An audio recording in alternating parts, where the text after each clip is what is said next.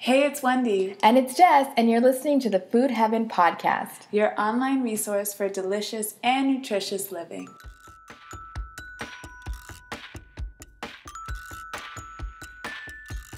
Welcome to episode 2 Numero dos. of the Food Heaven Podcast. We are so excited to be back for yet another amazing episode. This week we are talking about how to make the healthy transition into vegetarianism, into the vegetarian world. We get emails literally every day from you guys asking us how to be a vegetarian, if you already are a vegetarian, how to be a better vegetarian. We get all types of vegetarian-related emails. Even I had some 16-year-olds email us saying that he wanted to be a vegetarian, but his mom was saying, no, it's not healthy, and they wanted us to talk to mom. But we gave him some coaching on what to say to her, that it was healthy as a kid. Actually, that's a good segue into our personal stories, how we both became vegetarian. I think I was like 12 years old, which was... I don't want to give away my age, but I feel like that was 20 years ago. And I remember exactly what happened. I was with my family. We're going on a road trip to visit my big brother in Lake Tahoe, and his girlfriend was vegetarian, and so they were doing more of a plant-based lifestyle. I never heard of vegetarianism. I always hated meat with a passion, never wanted to eat it, always picked around it. So when I met, with Kate and she was telling me about her lifestyle, I was so excited. I had my first veggie burger, and on the ride home, I told my family I am now vegetarian. So I never ate meat again, and it's been great ever since. So it's just a personal thing for me. I never liked meat. It doesn't sit well with me. It doesn't taste well. And that's how I became veg. What about you? My story is completely different.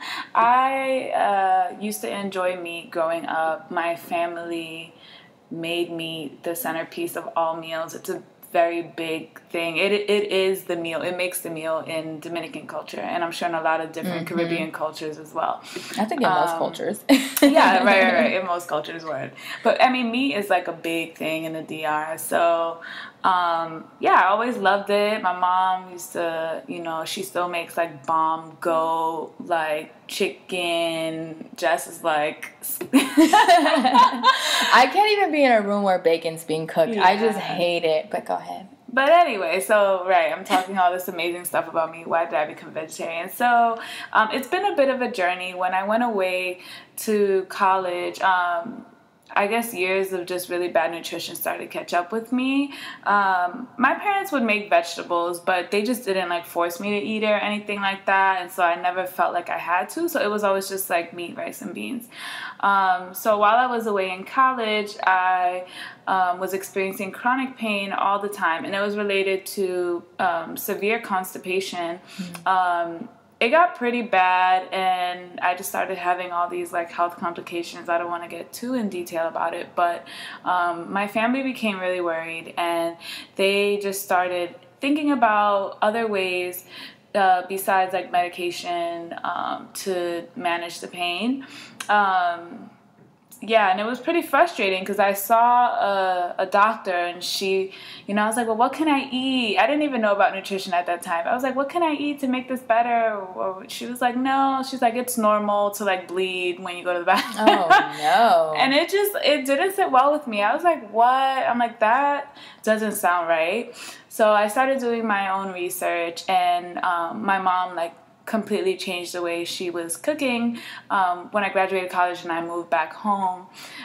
So she did like a lot of whole grains. She was like, you gotta eat these vegetables. And so then she got me into cooking, and it was kind of like a team effort.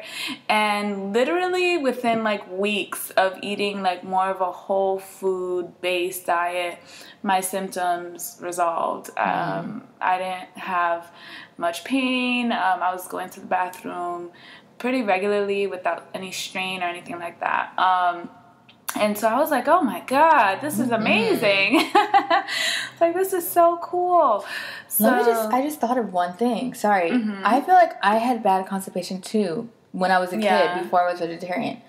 Like, I'm just putting two and two together. Yeah. It could have been just kind of not eating enough vegetables, but go ahead. Yeah, I mean, right, that could have been part of it. I think some people are prone to constipation more than others. I know of people that don't eat any fiber and they go to the bathroom just fine. Right, that's true. But I know definitely for me, it's hereditary. Like, I have, like, on my dad's side, there's, like, problems with constipation, so I have to be very careful with that. So I just, started doing my research. I started cooking more, and, like, I just got really into it. And so over the years, I've dipped and dabbled into, like, different vegetarian-inspired lifestyles. So when I first made the transition, I cut out, like, red meat, and then I cut out, like, turkey and chicken, and then I was doing seafood for a while, and that was great. And then I cut that out as well. And then I did just like vegetarian with like dairy and egg. Cut that out. I did vegan for a bit. When I met you, you were vegan. Yeah, I did vegan, and that didn't work out for me. I lost a lot of weight. I'm already pretty small, and I lost a lot of weight, and I was deficient in B12, which Jess will talk about a little later. And I just didn't feel good. And I love cheese, so I just felt like I was restricting a lot. I feel like you would kind of like restrict, and then binge on like a block of cheese. And then I would cheese. go crazy, yeah. I was like, no cheese. And then like when I was PMSing, I'd be like, okay, 3 pounds of cheese. It was crazy. So right now, people ask me, well, what do you do? What do you consider yourself to be? So I call myself a Wendytarian. I pretty much eat whatever the hell I want. No, but I eat like a plant-based diet, and I haven't eaten meat in a really long time. It's been years. It's been like 6 years since I haven't eaten meat. But I'll do seafood here and there. I definitely do dairy. I do eggs. Funny story. It'll be quick. At my job, I don't know if I tell you, but they had like a lunch in whatever. They had like a lunch that they catered to the employees, and they had like these tuna wraps, quote unquote tuna wraps. Oh Lord. And I ate like 2 of them joints because I was so hungry. And then like as I'm eating it, I found like a big bone in it, and I was like, I don't think this is tuna, because they mash it up and they make it seem like it is, like they like tear it apart, and I was like, all right, whatever. I was like throwing up that whole night, and the next day it was like I had cramps all night. It was terrible. No. I think it's been so long that my body just can't even like digest it properly anymore. I had a similar thing. Me and Hadith, who's another dietitian friend, we were at a conference, and we went to a restaurant, and I forgot what I ordered, but I got something, and I wanted the vegetarian version of it, and they brought it out. And it just didn't really, I just wasn't buying it. I think that the waitress made a mistake, and I was like, does this have meat in it? Because this looks like meat to me. And she's like, no, it's whatever, it's beans or da-da-da-da-da. Maybe it was some kind of chili. So I took a bite, and I was like, I don't feel it. So then I asked somebody else who worked there, and they said, yes, it did have meat. So if you are vegetarian and you ever feel like something's not right, like ask another person before you, finish eating and make yourself sick. Because that's real. Absolutely. So that's our story. So we, I guess we do consider ourselves to be vegetarian, but we're not so rigid. I know in a lot of vegetarian communities, sometimes like the wording is, people are very strict with it, and there can be a lot of shaming when it comes to like people, so much. like people eating meat or people eating whatever the hell it is they want to eat, and we're not like that at all. Yeah, because I'll have like at work or something or wherever, I'll have a black bean burger, and people, it's so interesting how they're so excited about kind of catching you up, quote unquote. So it's like, wait a minute, that's meat, and it's like, calm down, boo-boo. It's a veggie burger. It's okay. If it was meat, whatever. So it's just kind of like, keep that in mind when it comes to vegetarians. It's not, there's no food Nazi or food police. It's just all about what works best for your body. And kind of just, try to care about yourself, and if you have family, be the good example you want them to be. Yeah, and if you are around those like crazy food Nazis, just try to stay away from them, because they're scary. I've dealt with them my whole and intense. Yeah. And you just don't need that kind of energy around. All right, so cool. So we'll transition into the top mistakes that people make when becoming vegetarian? And these are all mistakes that we made and know firsthand that, it's maybe not the healthiest thing to do. So I'm going to go ahead and start out.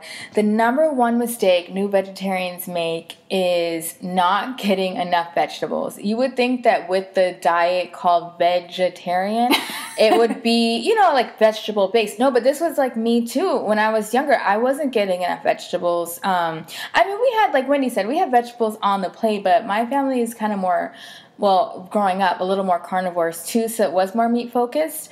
So it's like, as I got older, I kind of, tried to make, and, learn more about nutrition, tried to make more of an effort to make the vegetables the focus of the plate. But that's not always necessarily instinctual. So you need to make that a priority. Number two, and this is the biggest downfall, is not planning. I think when people first become vegetarian, especially me, I was just a kid. I had no idea what I was doing. It really was not popular at all back then.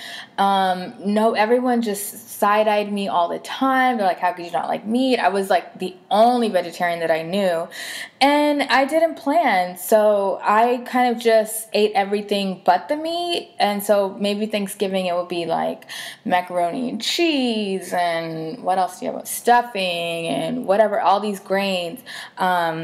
But not planning out well-balanced meals. So I would say keep that a top priority when transitioning to be vegetarian. Right. And so mistake number 3, I would say, is going crazy on the carbs.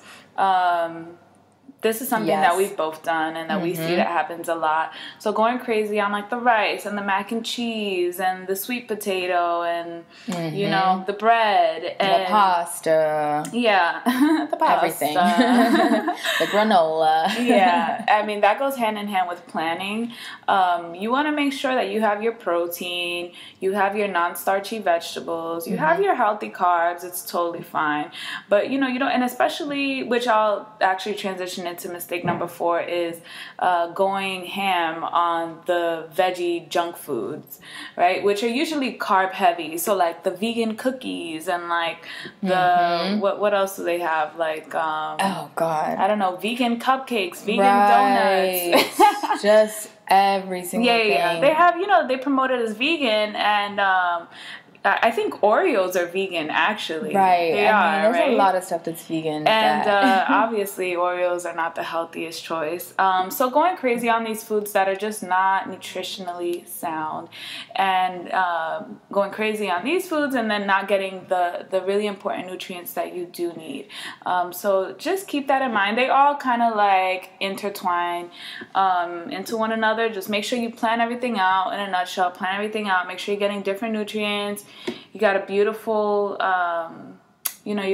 plate with colorful things going on. That's a good point. So sometimes too, my patients will say, yeah, I eat a salad every day. And I think that's great, but just make sure that every salad or every vegetable, it has different colors, because not only is it pleasing to the eye, it also, each, different fruit and vegetable that's a different color brings different vitamins, nutrients, phytochemicals, that are all great for our bodies. So don't just stick to the same things all day, every day. Word. Okay, awesome. So I think let's get into how to make the healthy transition into being a vegetarian. So we'll just touch on 3 quick tips that'll help you make that transition if that's something that you are open to doing. Right. So number 1 is your motivation. Find out what it is that's making you want to be vegetarian. If you, in your heart of hearts, don't really see this as something that would make you happy, or it's not something that you feel like would make you healthier necessarily, then maybe vegetarianism is not for you. And that is 100% okay. A lot of my patients will say, oh, I was vegetarian for a year, and I'll be like, oh, what made you decide to do that? Well, I don't know. And I'm like, okay, well, what made you decide to stop doing that? Because I couldn't do it. I was so miserable. So if you're going to be miserable, it might not be the right thing for you. So just figure out what the motivation is. For me, it was just that I didn't like meat. For Wendy, it was health concerns. So just try to keep that in mind. Word. Okay, cool. Yeah, definitely figure out why you're in this so that you win. We want to win. Right. Hashtag winning. Winning. All right. So number 2, which we kind of touched on a little bit, is diversifying your plate with whole foods. So you want to make sure that you try to stay away from all the processed junk stuff out there, especially in the vegan world. Like the fake meats is like really big. Like the vegan chicken, vegan ribs, vegan fish, veggie burgers. They're very processed and usually they're high in sodium.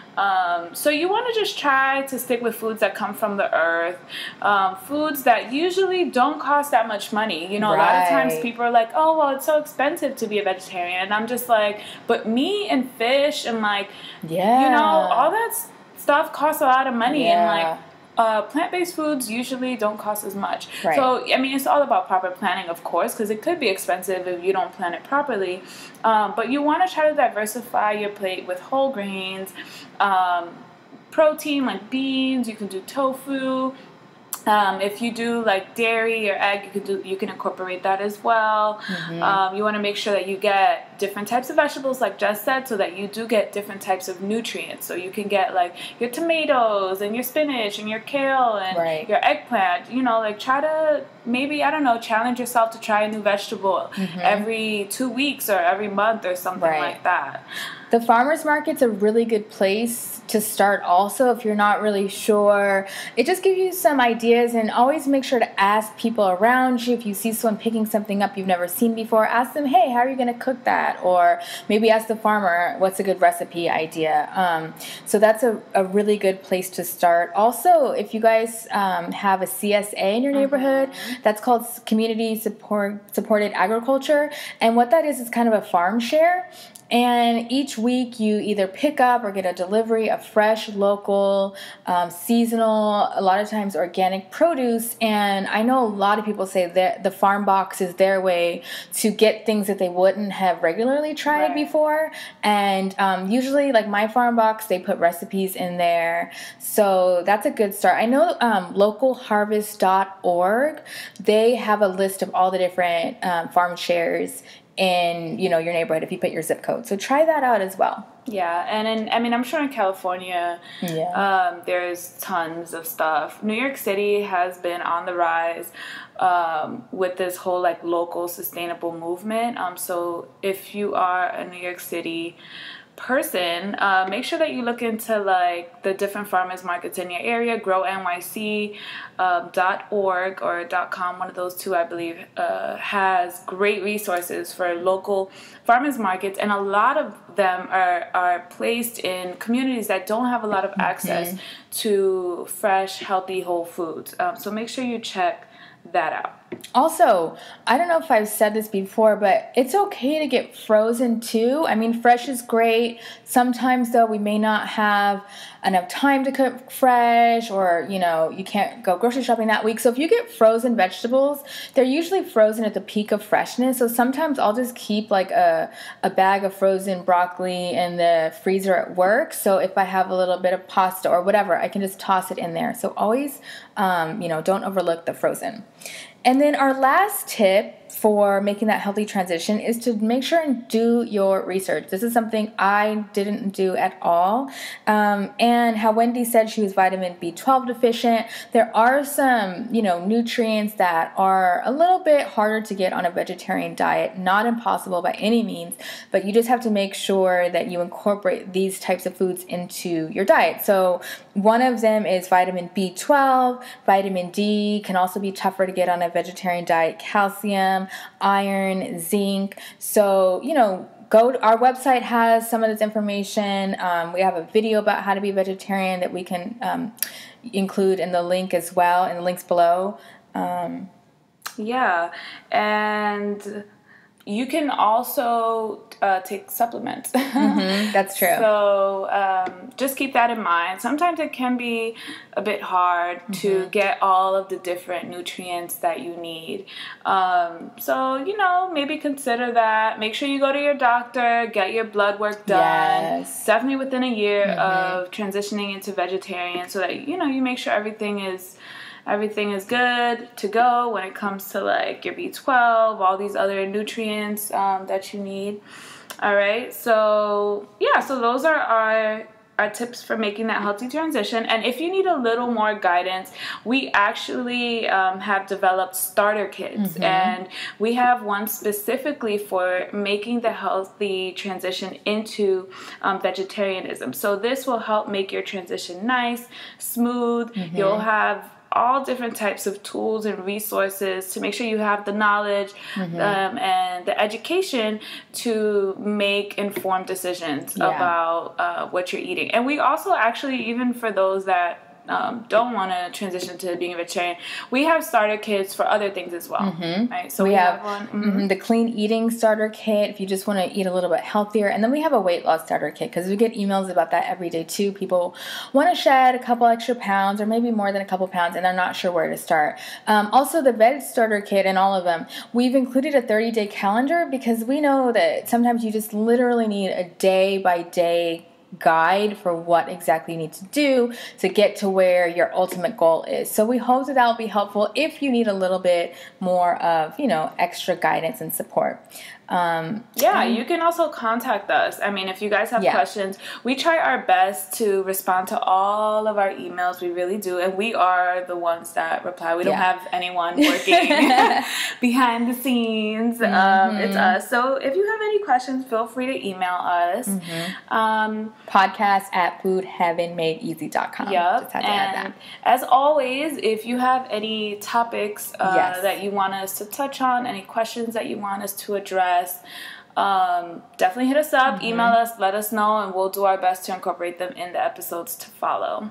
So thank you so much for listening. I was going to say watching to episode numero dos with your girls, Wendy and Jess from Food Heaven Podcast, formerly Food Heaven Show. We're doing it all. Yeah, thank you so much for tuning in, and we'll catch you guys soon. All right, bye. Bye.